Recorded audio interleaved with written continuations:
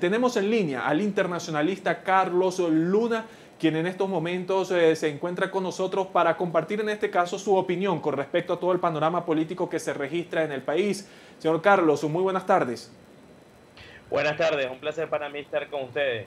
Les saluda Alberto Toro Bielma de acá de Benepress. Me gustaría conocer su posición sobre todo lo más reciente, la resolución de la Organización de Estados Americanos. Con 19 votos fue aprobada esta resolución en rechazo a la juramentación del presidente Nicolás Maduro. ¿Cómo explicarle a un venezolano de a pie esta situación?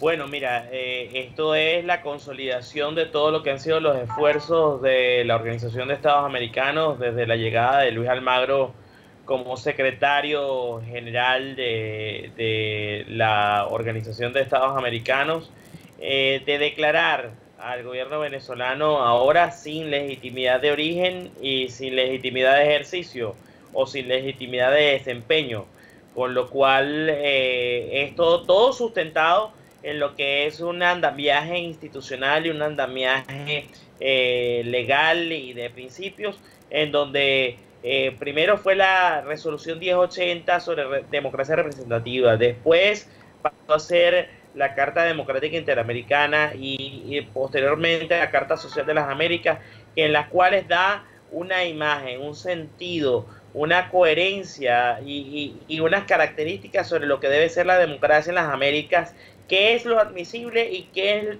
lo no admisible como democracia en las Américas, y sobre esa base los estados americanos han declarado el no reconocimiento de Nicolás Maduro como presidente de la República Bolivariana de Venezuela para el periodo 2019-2025, y abre la compuerta a lo que es la convocatoria posible a un consejo permanente, que es donde se vuelva a tratar el tema, a una Asamblea General Extraordinaria de la OEA para la suspensión de el gobierno venezolano de la Organización de Estados Americanos, con base en el artículo 20 y el artículo 21 de la Carta Democrática Interamericana.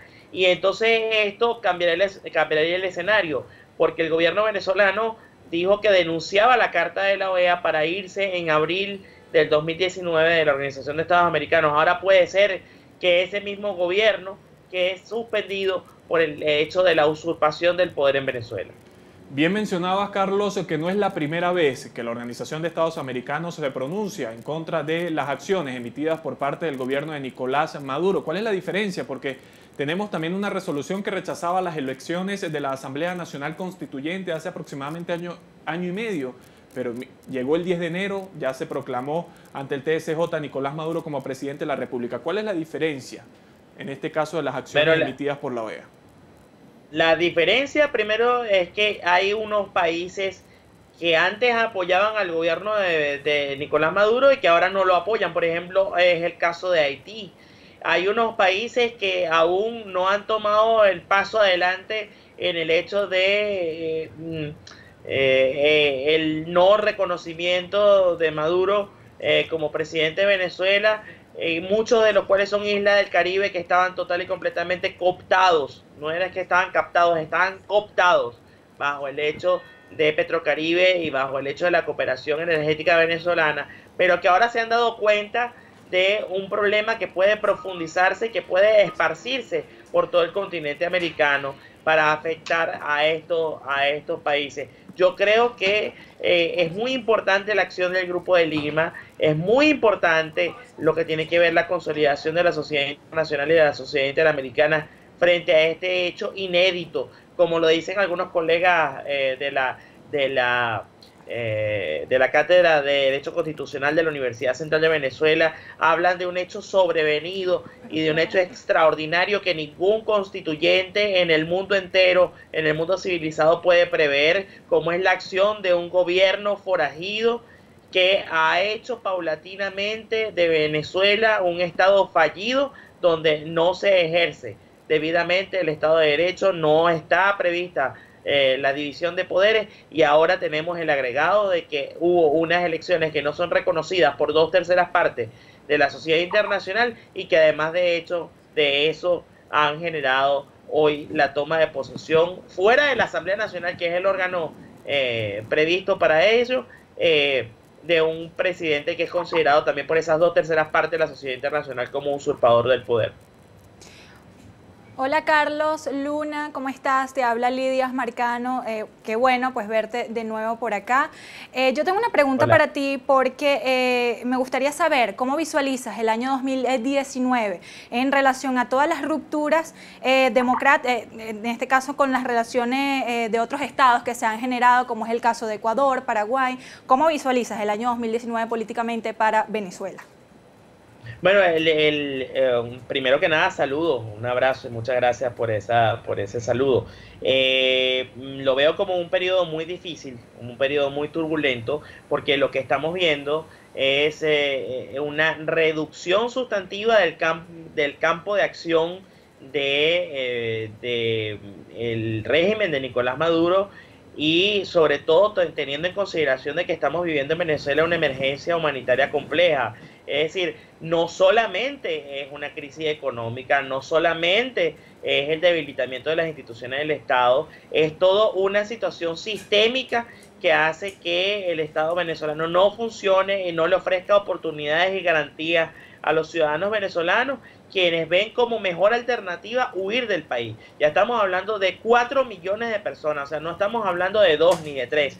Son 4 millones de personas que están moviéndose por el mundo, moviéndose por el continente americano, y que, como lo decía la vicepresidenta de Colombia, se ha convertido Venezuela y el régimen de Maduro en un problema para la seguridad, tanto nacional, en el caso colombiano, que ya lo ha dicho, como también para la seguridad regional de todo lo que es el continente americano. Entonces estamos hablando de un proceso sumamente dificultoso, donde el régimen de Maduro ahora no tiene ni la producción petrolera, ni el ingreso petrolero producto de la enfermedad holandesa que le permita acrecentar el abastecimiento nacional producto de las importaciones, porque tampoco tiene confianza en los mercados internacionales como para poder comprometer al Estado venezolano, sino que ahora tiene una percepción total y completamente negativa respecto de quién ejerce legítimamente el poder en Venezuela. Entonces, con lo que te puedo significar, ya son varios los acontecimientos. Estamos hablando de Paraguay, que rompe relaciones diplomáticas, estamos hablando de Perú, que ha establecido un conjunto de medidas con base en lo que es la declaración del Grupo de Lima, y ahora vemos a un Maduro que ayer en rueda de prensa con los medios internacionales dijo que le daba un tiempo de 48 horas al Grupo de Lima para que se retractara. Entonces eso es una amenaza que vemos que Nicolás Maduro tiene que hacer creíble. ¿Qué va a hacer? ¿Va a correr a todos los funcionarios diplomáticos de Venezuela?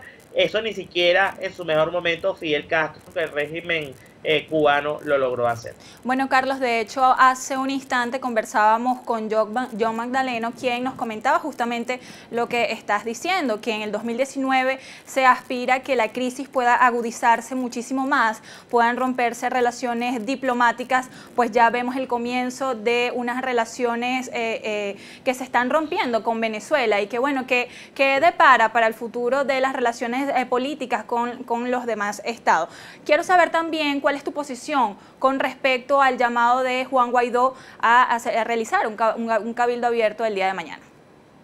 Bueno, yo entiendo el llamado del presidente Guaidó desde la Asamblea Nacional a todo esto, porque la Asamblea Nacional se enfrenta en este momento en una gran diatriba, y lo voy a decir desde el punto de vista estrictamente politológico para que la opinión pública lo entienda de la mejor manera posible.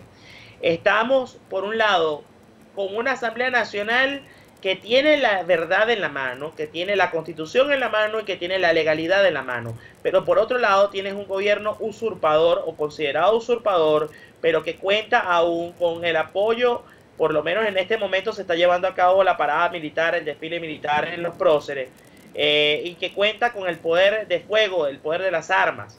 Por eso es el llamado tan insistente del presidente Guaidó respecto de la Fuerza Armada Nacional, y no se puede llevar a cabo ningún proceso de transición, ningún proceso de transformación política en Venezuela sin la participación de todas las fuerzas vivas del país. No solamente son los diputados, no solamente la ciudadanía la ejercen los diputados, somos todos y cada uno de los venezolanos quienes tenemos que participar en este proceso de transformación y restitución de la constitucionalidad en Venezuela, por cuanto sindicatos, estudiantes, gremios y ciudadanos de a pie de cualquier parte del país tienen que participar y tienen que apoyar y respaldar la acción de la Asamblea Nacional, y por eso es el llamado a cabildo abierto, por eso es el llamado a lo que es el aglutinamiento de todas las fuerzas vivas nacionales que, acompañados de la sociedad internacional, juntas puedan hacer posible un proceso de transición basado en una negociación y donde se convoque a la brevedad posible unas elecciones para que todos nos sintamos representados. Carlos, esta usurpación que denuncia tanto el Poder Legislativo como gran parte de la comunidad internacional, ¿tiene algún efecto en el expediente que reposa sobre Maduro en la Corte Penal Internacional? Bueno, sí, por supuesto que sí, porque lo que se está hablando en la Corte Penal Internacional son crímenes de genocidio y crímenes de lesa humanidad, sobre todo los crímenes de lesa humanidad acaecidos desde el año 2014, específicamente de febrero de 2014, pasando por el año 2017. Ahora, cualquier aplicación de fuerza que se haga de ahora en adelante puede ser considerado un abuso de parte de no solamente de Nicolás Maduro, sino de la persona que, siguiendo sus instrucciones, siguiendo sus órdenes, apliquen la fuerza y generen una violación a los derechos humanos. Es decir, que es un hecho continuado que se pueda originar todo esto, cosa que habrá que demostrarlo y que esperemos que no lleguemos a esas instancias, porque nadie quiere en Venezuela un derramamiento de sangre entre hermanos. Nadie quiere en Venezuela vivir un periodo y un gobierno de facto que lo que va a plagar de sangre y lo que va a plagar de oscurantismo al país. Lo que nosotros queremos es vivir, y hay que ser claros y enfáticos en ese llamado. Lo que se quiere es vivir bajo las reglas claras del Estado de Derecho, donde todos los venezolanos sintamos la garantía de que podemos vivir en paz, en democracia y en libertad, bajo el imperio de la Constitución, de las leyes y de los derechos humanos. Y precisamente eso es lo que se ha tratado de evitar durante todos estos años. Muchas personas preguntan, bueno, pero ¿por qué X o por qué Y político no ejerce una acción más contundente, más firme? Precisamente porque se quiere evitar un choque de trenes, un conflicto que genere una guerra intestina entre hermanos. Eso es lo que más se quiere evitar, y la única forma de evitarlo es ateniéndonos a la Constitución, a las leyes y al Estado de Derecho. ¿Existe algún otro caso en la región que tiene conocimiento, algún otro caso sobre usurpación del Poder Ejecutivo? No, absolutamente no. Esto, como te dije anteriormente, esto es un hecho sobrevenido y un hecho extraordinario que tiene componentes jurídicos, sí, pero también tiene componentes estrictamente políticos. Y entonces la dificultad y lo que nos va a hacer pasar a la historia en los libros de ciencia política, en los libros de historia, en los libros de derecho, es precisamente cómo encontrar una solución a un problema tremendamente complejo que combina elementos políticos, elementos jurídicos y elementos económicos para poder llevar adelante una solución, una transición para vivir en paz en Venezuela. Carlos, fíjate, la gente se pregunta, parte del pueblo venezolano se pregunta, ¿por qué no ahora? ¿Por qué no accionar el mismo día de hoy ante la usurpación de Nicolás Maduro como presidente? Y te lo pregunto porque justamente tú estuviste en el año 2017 como director pues, de la Facultad de Ciencias Políticas de la UCB. Viviste de cara pues, todo lo cercano y lo relacionado a las protestas de calle que se vivieron en ese año. ¿Por qué no salir a la calle ahora? ¿Por qué no hoy? Porque hay que ser responsable. Y yo creo que debe, en toda situación y decisión política que se tome, tiene que haber cabeza fría y corazón caliente.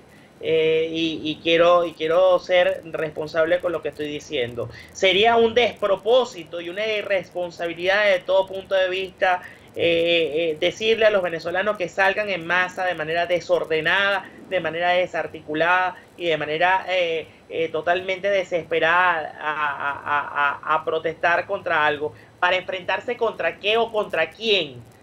Precisamente a gente que está organizada, que está armada y que está dispuesta a ejercer lo que es la función de orden público y que podría acarrear más pérdida de vidas humanas o heridos o gente apresada. Yo creo que la decisión, y lo digo con toda la responsabilidad del mundo, la decisión y el pronunciamiento del presidente Guaidó ha sido total y completamente responsable, porque es precisamente ejercer la representación del pueblo venezolano, pero sin ponerlo a firmar un cheque en blanco, a salir a las calles para generar una conmoción que lo que pueda hacer es generar un derramamiento de sangre. Hay los mecanismos, hay la organización, hay la articulación, donde tiene que, repito, tiene que combinarse la acción de la sociedad internacional con la acción interna en Venezuela, pero tiene que partir primero que nada de la organización, tiene que partir de la organización, de la mano de la Constitución y de la mano del poder constituido como es la Asamblea Nacional de la República Bolivariana de Venezuela. Bueno, Carlos, muchísimas gracias por atendernos en estos momentos. Él era Carlos Luna, internacionalista, con quien estábamos compartiendo parte de las interrogantes que nacen a propósito de la juramentación de Nicolás Maduro ante el Tribunal Supremo de Justicia.